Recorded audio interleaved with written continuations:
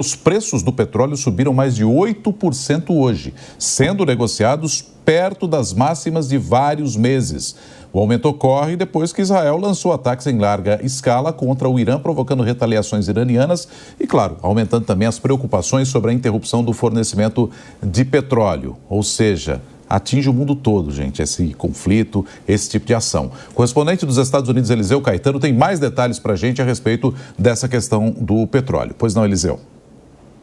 Excelente ponderação, viu, Nonato? Esse incidente da madrugada desta sexta-feira mexe com o mundo inteiro.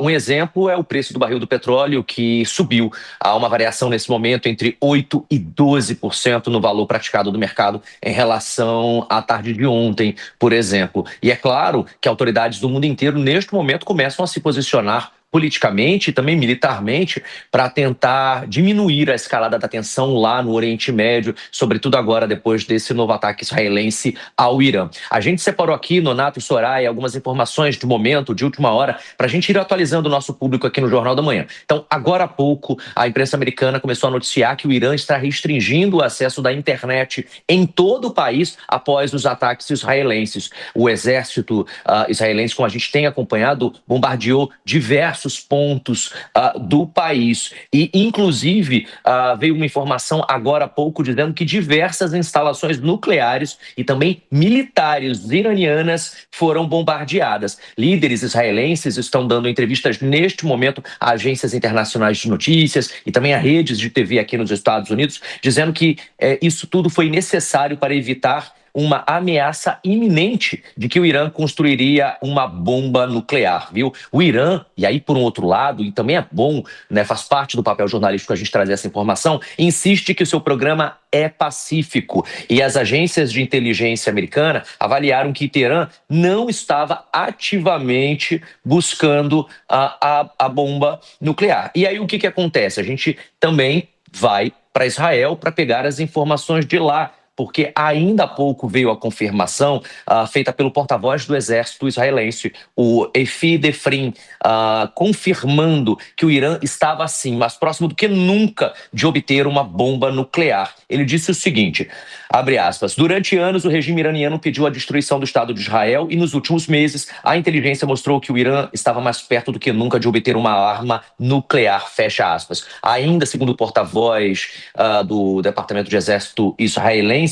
a ação militar foi necessária diante de uma ameaça iminente e existencial e visa garantir não apenas o futuro de Israel, mas, segundo ele, o futuro da humanidade. Quem ainda há pouco voltou a se posicionar, e aí a notícia de momento também, às 8 horas da manhã com 23 minutos aqui na costa leste americana, portanto, 9 horas da manhã com 23 minutos pelo horário de Brasília, foi o presidente Donald Trump. Ainda há pouco eu trouxe uma fala dele através de uma rede social e ele voltou a se posicionar há alguns minutos atrás, dizendo o seguinte, ele mais uma vez instou o Irã a aceitar o acordo de paz com Israel e acabar o programa nuclear que vem trabalhando há algum tempo. Essa frase foi postada agora há pouco na Truth Social. A Truth Social é a própria rede social criada e mantida por Donald Trump.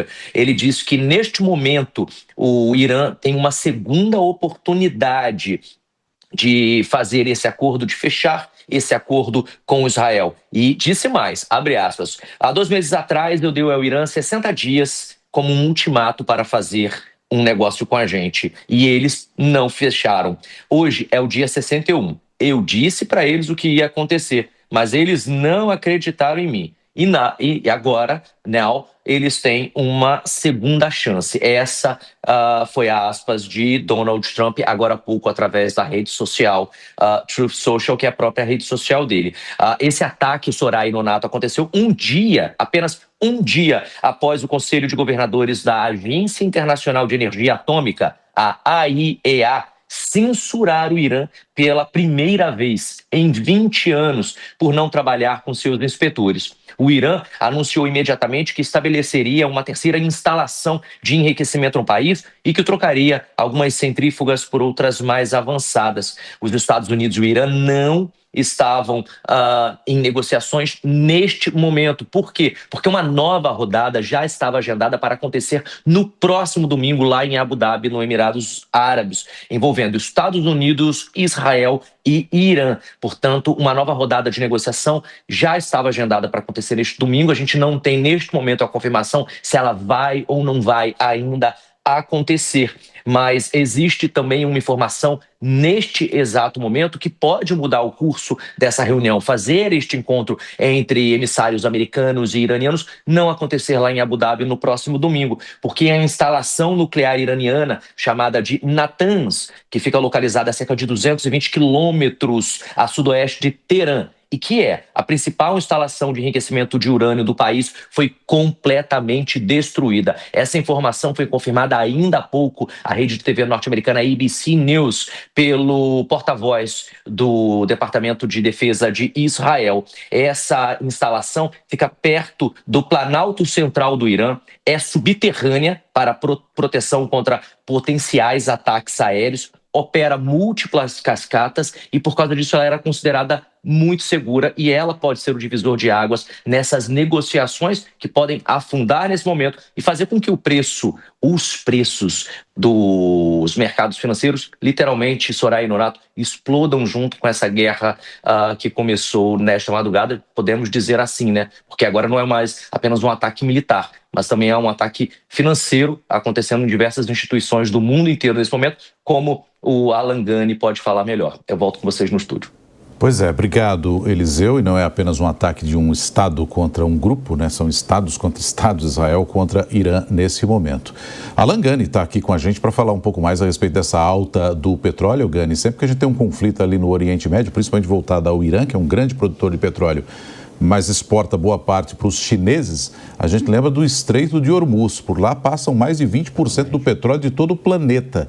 Se isso for fechado, certamente os impactos estarão em todo mundo, mais do que a gente já está vendo. Como é que estão os mercados hoje, Gani? Exatamente, Nonato. Por enquanto, os mercados ainda não abriram, né? Mas o mercado futuro dos Estados Unidos já aponta para a queda. Mercado na Europa, esse já está operando também, operando em queda. O mercado se antecipa a todas essas incertezas geopolíticas e também em relação à alta do petróleo. A incerteza acaba indo para preço. Não se sabe ao certo se houve destruição de produção de petróleo ou campos de distribuição, mas o ponto é que o mercado já conta com esta possibilidade, ou seja, de uma interrupção na produção e distribuição de petróleo. Lembrando que o Irã, como você mesmo pontuou, é um grande produtor de petróleo. E não só isso, há um temor também que esta guerra ela se escale para todo o Oriente Médio. A gente não sabe, né, como que isso vai ocorrer. As relações ali entre os países são muito fluídas e isso pode gerar tensões geopolíticas. E aí o Oriente Médio, se a gente pegar a Arábia Saudita, não só o Irã, Iraque também, são grandes produtores de petróleo. E aí a gente teria um grande problema, dado que o petróleo acaba sendo uma matéria-prima essencial em diversos processos de produção. E é justamente no momento que o mundo apresenta uma desaceleração da inflação, né? A gente observa isso nos índices de inflação nos Estados Unidos e aqui, até mesmo aqui no Brasil. Mas se tiver uma escalada no preço dos petróleos, a gente vai numa direção contrária. Por quê? Porque a alta do petróleo acaba encarecendo todo o processo de produção e isso leva a mais inflação. Juntando alta do petróleo com todas as incertezas tarifárias, não é um momento muito bom para a economia, muito pelo contrário, Nonato. Vamos introduzir aqui nessa conversa a Deise Ciocari também, para que ela possa analisar e trazer um pouco do ponto de vista.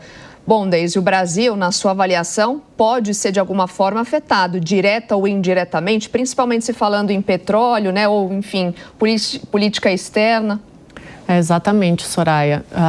Por que o Brasil deve ser afetado? Porque o petróleo, eu vou trazer uma análise um pouco mais antropológica, sociológica aqui, mas desde a guerra de Yom Kippur, em 1973, se eu não me engano, ele deixou de ser simplesmente uma commodity, né? Ele passou a ser um ativo do mercado.